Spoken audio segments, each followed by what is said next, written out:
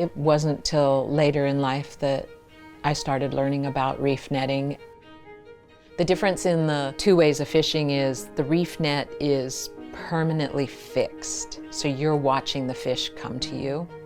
Whereas the type of fishing we do with seiners or gill netters is you're watching for fish and you're chasing them.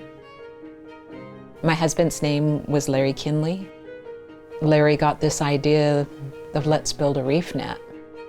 Larry's goal with the reef net was he was hoping to pass it on to Northwest Indian College to get students out on them. We have to get out there to be amongst our ancestors.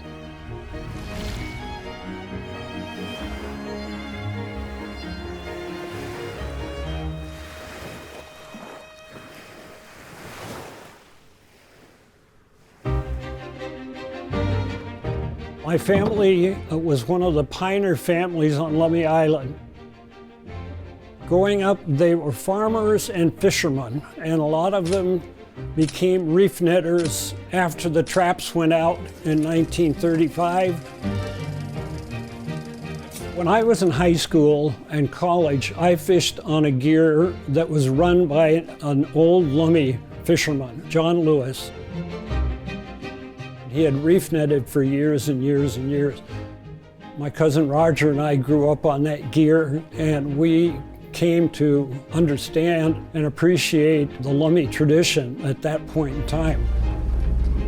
There's a mystique about going out early in the morning, setting the net, and waiting for those fish to come. I'd say it took me about 5 years to really get the hang of it. But once I did, when you stand up on the headstand, the one that sees the fish first, it's pretty magical. But it's been fraught. There were 78 gears out here back in 1935, right out here in Lego Bay where we're sitting. It was a fishing town. The whole island culture was all about reef net fishing. There were numerous reef net gears, not only at Lummi Island, 40, 50 gears when I was in high school and college, just right over here at Lego Bay. But there were gears at Cherry Point, up at Point Roberts, San Juan, and Shaw Island. The state got some money from the federal government to buy back licenses because there was too much production for the amount of fish that were showing up. The reef net fleet as a whole only harvests 5% of the commercial catch. And now we only have 12 gears out here, and that's it. You can't actually make a living doing reef netting. You have to have a real job to support your commercial fishing habit. Electricians, carpenters, teachers. A postman, a luthier. My partner was a jeweler. They fish for the love of it. A lot of these guys have been fishing their spots for 40 years, even 50 years. Some of them are pretty mechanical because there's a lot of technical aspects to this. This is the Bob Schmersh reef net yard. It's the current storage for 2 of the reef net sites. We have 24-volt battery systems that run off solar panels. These are all our winches that we use. This boat is actually one that I had my best reef net day ever on sockeye. I caught 3,000 fish. This year, the returns are so small that we have no sockeye fishery scheduled. Because of that, there in fact is a law that says no additional salmon licenses in the state of Washington. The Washington Reef Net Owners Association has been a really good advocate for reef net fishermen. The Washington Reef Net Owners Association is a longtime organization of the reef net license owners. We have, over the years, lobbied for reef net fishing opportunity. We provide the members with magazines and information. We get together once a year. We talk about the previous season, get predictions for what the current season is going to look like, and then we have a lunch and social hour.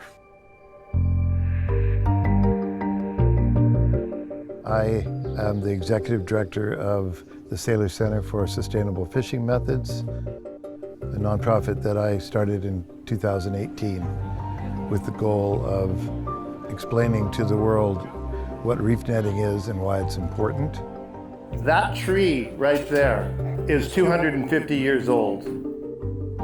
Before the United States of America, the Coast Salish people were reef netting here on this spot. The tradition, the history, the sanctity is all here. Don't ever take it for granted. Fraser River sockeye salmon come in 4-year cycles, and it's really been getting hammered by environmental problems in the last 2 cycles. 4 years ago, they got hit by a rock slide, but it's not just the slides, it's the warming ocean temperatures. Salmon really like cold water.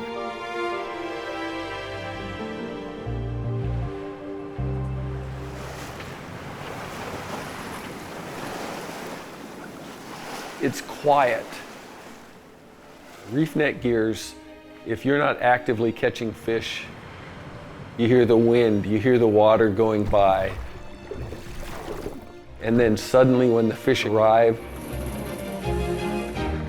it's adrenaline for 2.5 minutes, and then it's done.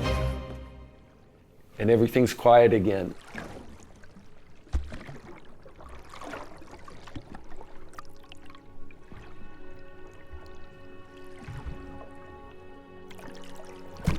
Well, we'll be right near quota.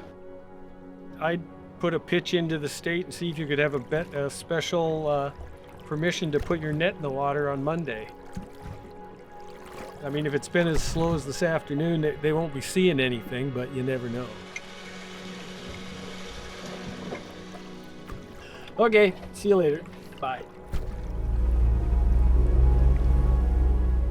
My plan is to reef net as long as I am able to, because in 5, 6, 10 years, we're going to not be able to do it. And so we're making every attempt to pass the torch forward. My view is that we definitely need to put the heritage front and center. The 30 some odd years that I've been involved, I feel like I've been a placeholder until the day that reef netting can again propagate throughout the Salish Sea.